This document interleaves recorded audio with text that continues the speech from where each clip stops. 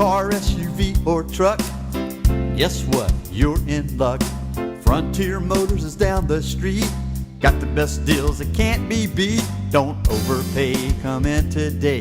Doing business the old-fashioned way. Frontier, we've got the right price. Frontier, we'll treat you mighty nice. Frontier Motors, low overhead. Hello and welcome to the Frontier Motor Show. My name is Ivan Struckel, and for the next half an hour we're going to talk about cars, what's going on in the industry. And if you have never listened to the show or watched the show, just because you're not in the car market, don't turn that channel. We've got a lot of things to talk about that can help you and your friends when you get into a car accident, or perhaps if you know someone that's buying a car or they need a reference if they're going to be buying a brand new car. And even though we sell used cars at Frontier Motors, there's a lot of things that we can help you with when you decide to buy a brand new car, and we can't talk you out of getting that depreciation at that first and second and third year offers that we sell and talk about, because we are the alternative to new. But there are customers out there that 14.5 million of them last year bought a brand new car. I couldn't talk them out of it.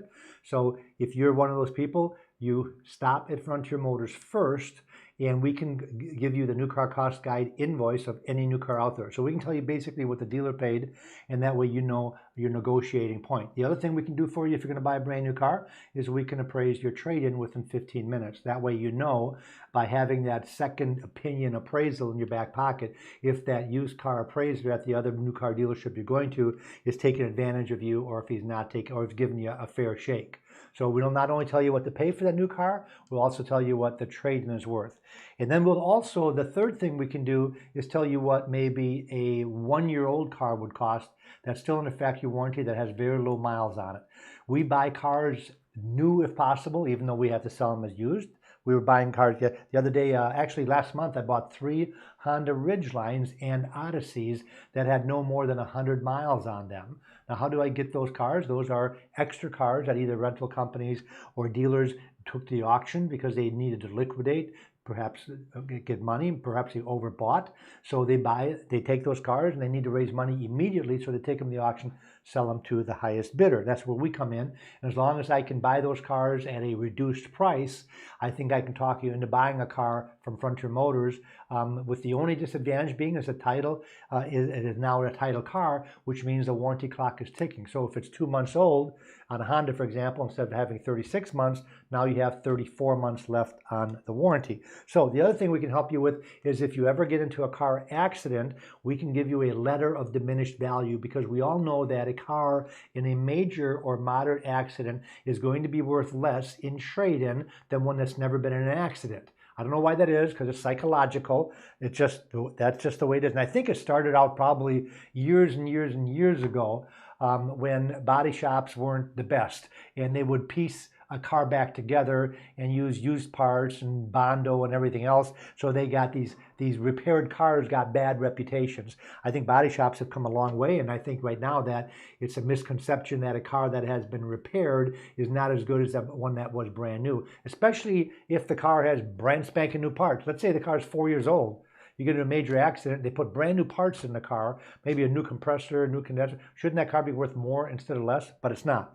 It's worth less. So what we do is we give you a letter of diminished value that can take the insurance company, say, hey, my car is going to be worth $3,000 less because it's been in a major wreck caused by your client.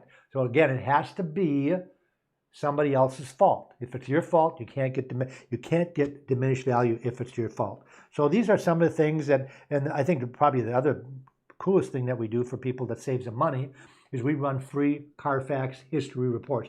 Carfax is the largest provider of history reports in the nation. We run a Carfax on every car we take and trade. Every car that we look at, basically, we immediately run a history report, because sometimes it eliminates us buying the car. If you have a salvage title, if you have a lemon law buyback, if you've got frame damage, those are no buys at Frontier Motors. Now, if it's been in an accident, we would buy a car that's been in a minor accident. We normally don't buy cars that have been in moderate or major accidents, only because you have to explain it to the next owner. But we will give you that letter of diminished value so you can help yourself be made whole, because we're going to appraise that car for less. Not just us, but any dealer is going to appraise the car for less money, especially if it's been in a moderate or major accident and it says the airbags have been deployed.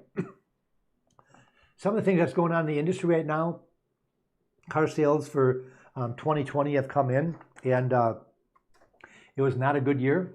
It was actually one of the worst years since 2012. 14.6 million cars were sold. The record was a hair shy of 18 million, so they're way down, but in my book, that's still a lot of cars, but not according to the industry standards and what they had hoped for.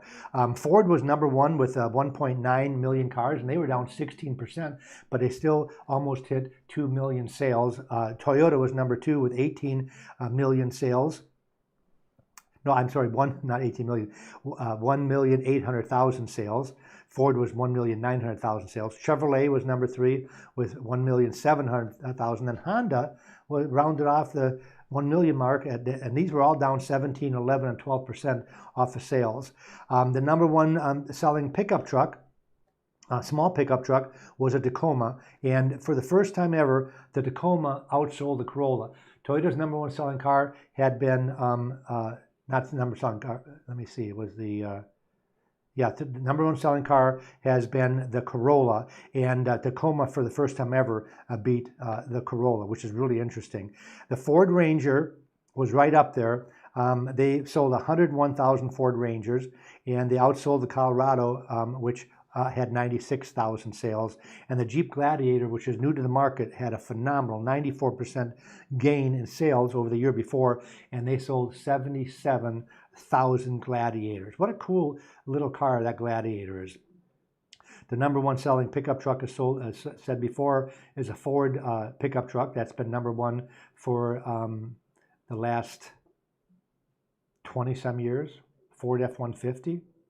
Number two was Chevrolet. They actually outsold Ram. The year before, Ram outsold Chevy for the first time.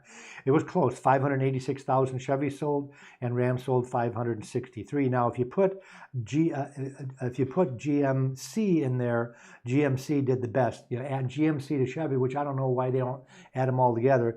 GM had 839,000 sales, and Ford had 780. So it's really interesting that GM did sell more pickup trucks than anything else. The other thing is the number one selling SUV was a RAV4. So if you're thinking about buying an SUV, especially a mid-sized small SUV, RAV4 was number one with a 430,000 sale. Honda CR-V was number two, Chevy Equinox, Nissan Rogue, and then for the first time, the new Ford Explorer got in the mix. I shouldn't say new, it's been out for a bit, but Ford Explorer sold 226,000 Ford Explorer. So very interesting what's going on in this. If you're in the industry, you might not really care how many they sold of a certain one. I look at how many they sold because our number one selling vehicle at Frontier Motors, people always say, well, what do you sell the most of? Well, it's an F-150. Why do we sell the most of F-150? Because it's the number one selling vehicle in the United States. So we stock more F-150s, they sell more F-150s. All these vehicles I just mentioned, we stock a lot of those vehicles because they sell. That's what people are asking for. What don't we stock? We don't stock electric vehicles. Now, I do have a Tesla in stock, but it's the oldest vehicle in inventory. And every time I get a Tesla, it just sits and sits and sits. And we have nobody asking for electric vehicles. And it's very interesting when we talk about electric vehicles because the one advantage of electric vehicles is that, and this is in Consumer Reports on page 48 of the new edition, the average amount of electric vehicle owners save on maintenance costs and repairs over the life of the vehicle compared to conventional cars is $4,600.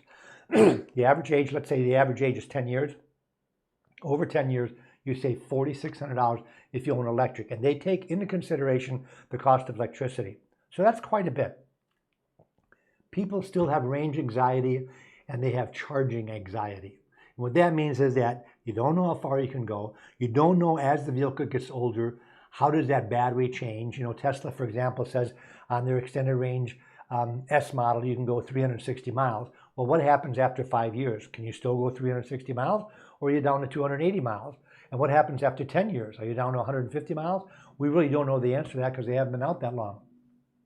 So we've got some range anxiety. Plus, you know, I've got relatives in Wisconsin. So if I drive to Wisconsin or 4 weeks ago, I took a truck down to Key West, a Ford F-150. When I filled up 36 gallons, it had a range of 680 miles. I could pull into a gas station, fill it up again when I ran on close to empty. Can't do that with a Tesla or electric car. You have got to figure out how far can I go, and is the charging station that I found on my app actually even available? Because a lot of people will park their car in a charging station only because, like at a hotel room, for example, the charging stations, for whatever reason, I think this was a bad idea, but they put the charging stations, like at the Hilton downtown, on the beach, the charging station is actually closer than the handicap parking. So these people that bring their Teslas, for example, they park them there, they put the charging port in, and they go up to the room, they spend the weekend in the room, they come back out, and they unplug it 3 days later. Big mistake. They should have put it way far away to give the customers an incentive to park closer, because they're not leaving. They're leaving it plugged in even though they're charged already. So I'm not sure what's going on.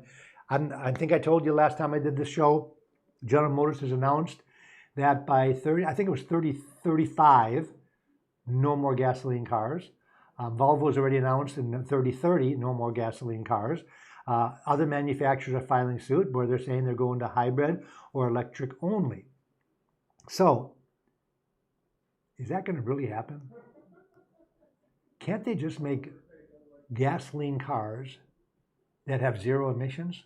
There's got to be some scientists out there that can make this happen, or close to zero emissions, because that's what the whole thing is about, is having no emissions. And I understand that. Can't be the price of gas, even though lately the price of gas has gone up, but they're building gasoline cars that get better and better gas mileage.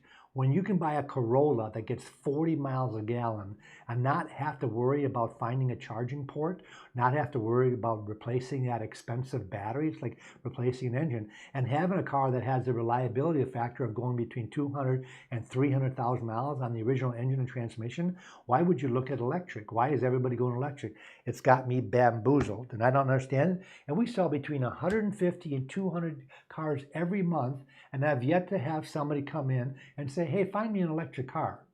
We don't have any because nobody's coming in and asking for them, but yet all the manufacturers are supposedly going to electric. So it's got me a little bit bamboozled, bafoofled, so you know what I mean. Hey, I don't know if you know this or not, but Fiat Group, Fiat Group, they own Chrysler, Dodge, and, well, I was going to say Plymouth, and Jeep.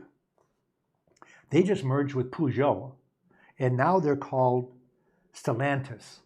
So if you ever hear the company called Stellantis, that's your Dodge, your Ram, your Chrysler dealer, and also your Fiat dealer, and also now Peugeot. Not that we sell any Peugeots, because we actually used to have a Peugeot franchise in Wisconsin years ago. What a crappy car that was. And they are actually one of the top selling vehicles in Europe. I don't understand, because ours always broke down when we had them. This was back in the early 80s. Not a very good car. Did you know that the Toyota Sienna now, the 2021 Sienna, only comes in a hybrid? So it's really interesting. So they're starting to go to that a little bit already, which means that the all-new Sienna minivan comes exclusively as a hybrid. It's a 4-cylinder engine with 2 electric motors, and it produces 245 horsepower, which is pretty darn good. They're all-wheel drives, and they're estimating 33 miles per gallon combined, which is pretty darn good for a minivan. They used to get 23. Now this Sienna now gets 33, and it's all-wheel drive. So if you're thinking about minivan, by the way, folks, we sell a lot of minivans. Minivans are making a comeback because they've taken the minivan and restyled it and made them sporty. So they're not one of the soccer mom vehicles anymore. Take a look at the new Chrysler Pacifica. What a cool looking vehicle. The new Honda Odyssey. Real angular, really muscular looking. They're one of the safest vehicles on the road. They get decent gas mileage. They can haul up to 8 people. The seats fold into the back. I mean, you can make a pickup truck out of a minivan. So we have stocked up in minivans. We normally have between 20 and 30 minivans on the lot at all times. So if you're in the minivan market, a lot of dealers don't sell minivans. So you go to a dealer, you might see 1 or 2, and we have between 20 and 30. So I think that's a pretty good thing to know if you know anybody that's looking for a minivan. At Frontier Motors, we stock about 300 cars. We make it really easy, by the way. If you stop at Frontier Motors, we really take the pressure out of buying a car. People hate car shopping, and why is that? Well, because of the pressure situation, the old stupid questions like, well, if I do this, will you buy it today? If I give you this much for your car, will you buy? If I can do this payment, if I can do this lease payment, is there any way I can earn your business today? What we do at Frontier Motors is we give you a bottom line out the door price in writing and urge you, if you're not sure, if you don't want to buy it right now, that you should shop us. Now, why would we do that? Why would we tell you to shop us, which means go to another dealer and compare pricing? Well, because we're confident in our pricing. And if you go to a dealer that will not give you the total out-the-door price in writing, my suggestion is you walk out. They're hiding something. And I'm talking about the license plate transfer should be included. If you're buying a new plate, they should put that tag in there. The title fee should be in there. If they charge a dock fee, that should be in there. The tax on the dock fee, the sales county tax, the federal tax, everything should be included. And what we do, including that price, we also include a 10-year, 100,000-mile drivetrain warranty. And this is not a gimmicky warranty. This will actually pay if your motor blows up, if your transmission blows up. It actually will pay as long as you've serviced the vehicle and as long as it's not more than a total of 10 years old. For example, if you're buying a 5-year-old car with 50,000 miles, the warranty that we include in our out-the-door price is 5 more years, up to 10, 50,000 more miles, up to 100,000, engine and transmission and transaxle. So now you do have to prove that you've changed oil since you've owned the car. So don't drive the car for 25,000 miles and not be able to show that you've done an oil change. Now, some of the oil changes are going on Carfax reports, which I haven't told you before. We run at no charge for you. So if you need a Carfax report, it's no charge. Whether you're buying a car from a neighbor or another car dealership, or you want to sell your car, but you don't have a report, just call us up and our sales people will run the report for you and email it, or you can come and pick it up, or we'll mail it for you at no charge. We do a lot of things for people that aren't buying cars in Pensacola at Frontier Motors for no charge.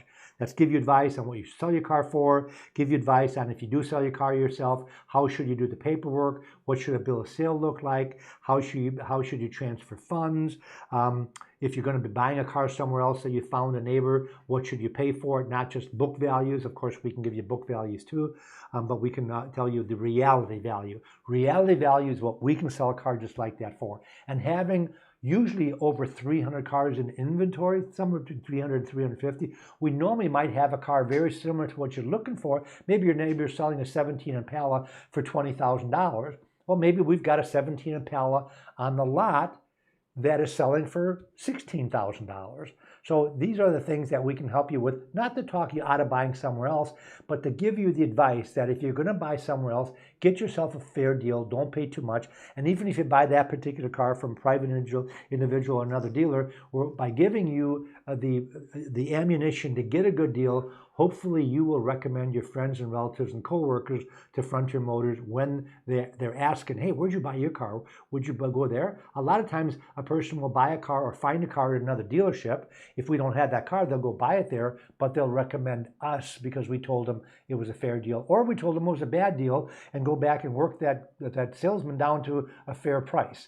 And we do the same thing here. If we have a car and we feel it's overpriced, we immediately will reprice that car because car prices change. Sometimes, believe it or not, car prices go up. Right now, when the Jeep Wranglers are in a hot demand, the used Wranglers have gone up a little bit in value. They're still a bargain compared to a new one, but they've actually gone up in price. And I appraised a Wrangler that I appraised 6 months ago that actually went up $500 in value, where normally 6 months later, they would drop $1,000 in value. So that's a $1,500 swing, which is unusual because the reason that you buy a used car, because it drops every month a little bit. Well, after 12 months, after 24 and 36 months, that droppage of a little bit adds up into some really big dollars.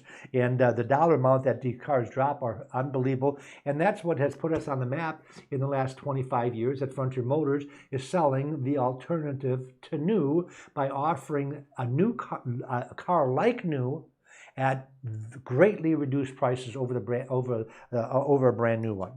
A little bit about reliability. There's certain cars I love selling because they're reliable. There's some cars that I sell because people ask for them. I don't offer my opinion unless you ask for it. I talked myself out of a sale about 5 years ago where a customer came in and he spec'd out a Mercedes SL 500, which is their real expensive hardtop convertible. That's the SL 500. Might be a 550 now. Spec'd it out. I told him I can get him one for $70,000. A brand new one was $120,000. He said, "Boy, that sounds really good. That's what. Go ahead and get it." And then he said, "By the way, what do you think of that car?" I said, "Well, I wouldn't buy one." He said, "Why wouldn't you?" I said, "Because they're crappy cars." I said, all they do is break down. I said, "The car you're looking at is only going to be 2 years old. It's still going to be under warranty, but you could be spending your time in the service department." Now, this was a while back. Guess what?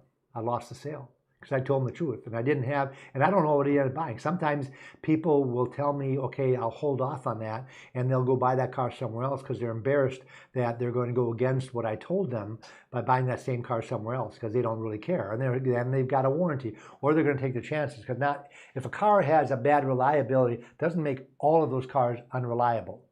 And a lot of times consumers will give you a bad reliability report because 20% of those cars sold had engine problems. Well, that means 80% didn't. So you never know if you're going to get a good one or a bad one, but you got to go on percentages. Now, by the way, Mercedes and BMW and Audi have come way up because 10 years ago, I would have told you not to buy those cars because I have nothing but problems with them used. Not anymore. They're quite a bit better. Consumer Reports just came out with the new reliability ratings. I love when they come out with the reliability ratings because they're up-to-date ratings. And they have a couple of paragraphs before they go to the ratings. It said they interviewed 329,000 CR members. So they contacted, this is not a 30 or 40,000 people, 330,000 people they contacted to get the reliability ratings from these cars. Mazda moved up a notch from last year. Mazda last year was the second most reliable brand out there. Guess what? This year it's number one. Who would have thought? Mazda. They're not an expensive car. They build the most reliable car in the United States right now.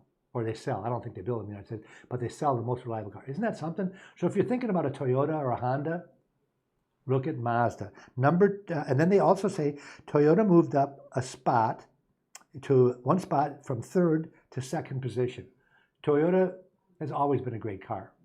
And I throw the Lexus in the mix. Lexus tumbled from first place last year to third place, but maintains its perch among the most reliable brands out there. So Lexus has always been my favorite car to sell because number one, I like Lexus. I like the way they drive. I like how quiet. I like the fit and finish. I like not just their reliability, but just the way the car is built is phenomenal. When you close the door of a Lexus, I mean, it doesn't rattle. And I can't say that about all the cars out there. But Lexus has always been one of my favorite cars because they depreciate like all other cars, so I can sell them used at a huge savings over a brand new one. We sell a lot of RX 350s, which, by the way, the RX 350 made the top pick for the best brand out there in midsize SUVs. So Lexus is one car. Buick soared 14 places from 16 to number 4. So if you whatever brand is left in Buick, and one reason they went up so much because the Buick Regal, they're saying the Buick Regal was a crappy sedan, and that pulled Buick down because Buick doesn't make a lot of vehicles anymore. Matter of fact, I think they just discontinued the Buick LaCrosse. So what do they really build right now? They build an Envision, an Encore. They build all SUVs. That's all that's left. And those SUVs that they're building are the top of the top. So consider a Buick, which is the number one domestic on the list, is a Buick. And Tesla Model Y, that's their new small SUV. You know what the Model 3 is. That's their small car. Came out with that a couple years ago. They're selling the hotcakes out of the Model 3. Well, they decided to come out with a Model Y, which is that 3 in a small SUV body. And they're saying it's crappy. Owners reported numerous build quality issues, including body panels that fit so poorly the hatch couldn't even be closed. Paint problems were common. One owner reported dust, debris, and even human hair trapped in the paint. On the bright side, the Model 3 remained at average reliability and a recommended car by Consumer Reports. So it's kind of weird that the Model 3 now is average reliability. That used to be poor, and it's the hottest selling electric vehicle on the market. And then they come out with a Y, which is basically a Model 3 with a SUV body, and they're saying it is crappy. So don't buy a Y right now. Wait till they get the bugs out. Number one brand, Mazda. This is reliability, not brand, not overall. This is just reliability, folks. Toyota, Lexus, Buick, Honda made a big comeback. Hyundai, who'd have thought that Hyundai and Kia would be up there? 20 years ago, 25 years ago, when we started this dealership, we couldn't sell Hyundais and Kias. You know why? Because our banks wouldn't finance them. Do you know why? Because they wouldn't last the term of the loan. And when they stopped running, people would stop paying. They had to get a different car. So the banks wouldn't have. Now, guess what? They're great cars. They're great cars. Ram. I remember 10 to 15 years ago, Ram was a crappy truck. Nobody would buy one. Now, last year they were number 2 vehicle out there. Then you got Subaru, then you got Porsche, then you got Dodge, then you got Infiniti, BMW, Nissan, Audi, Kia, GMC, Chevrolet, Volvo, Jeep. Mercedes was number 20, so they haven't come up. Actually, they came up from 24 to number 20. Cadillac's number 21. Would I still tell you to buy a Cadillac? I think Cadillac's a great car. But compared to rankings, they're saying the reliability that some, not all models, but some certain models have issues. Folks, we've only got about 2 or 3 minutes left, so I want to let you know that Frontier Motors is here not just to sell you a car. We're not here to grab your wallet. We're here to give you information to help you buy a car, whether it's at our dealership or somebody else's. We're here to make sure you get a good deal, whether you buy from us or not. And the reason we do this, and we do this without pressuring you to buy from us, is because we know that this next car you buy might not be the last car you ever buy, and that if we help you get a good deal, that you're going to recommend Frontier Motors over all the other dealers in Pensacola. And last count, there was 120 new and used car dealerships, over 120 new and used car dealerships in the Pensacola area. So there's a lot to choose from, so why would you choose us? Well, one of the reasons is because of our I was going to say our reliability, but it's really because we've been here and we've been helping the people in the Pensacola area, and we have so many customers that come not so much from the advertising from the show, which the show has really helped us put us on the map, because people say, hey, got to go to that Frontier Motors and give them a shot. But it's because of the way that we do business, that how easy it is, how people walk out of here and say, man, I can't believe that there's actually a car dealership that sells cars like this, that actually gives me the chance to make up my own mind rather than talk me into it while I'm here. And we don't care if you buy a car today, tomorrow, or next year. We just want you to buy a car. And hopefully, and the only thing we ask is to get a shot at your business. We don't say we're going to sell you every car out there. If we have 300 cars and you're looking for number 301 that we don't have, we can understand where you might buy somewhere else, but we can at least help you get that deal somewhere else. We can at least tell you what we can give you for your car on a purchase. And because we only have 1 minute left, with 300 cars in inventory, we're actually about 50 to 70 cars short of our goal. We try to keep closer to 400 cars in inventory, which means that if you have a car to buy, I can give you a buy bid and write you a check, if you have the title, within 15 minutes. So if you have to pay it off, we might have to go ahead and use our money to pay your car off. And when we get that title in, we're going to get the balance of that vehicle. This process takes 15 minutes. And if we don't give you enough on the purchase, which you'll be surprised how much it is, maybe we can do a consignment. Again, that's Frontier Motors, 230 Beverly Parkway. Thanks for listening. Thanks for watching. Have a great day. Auf Wiedersehen.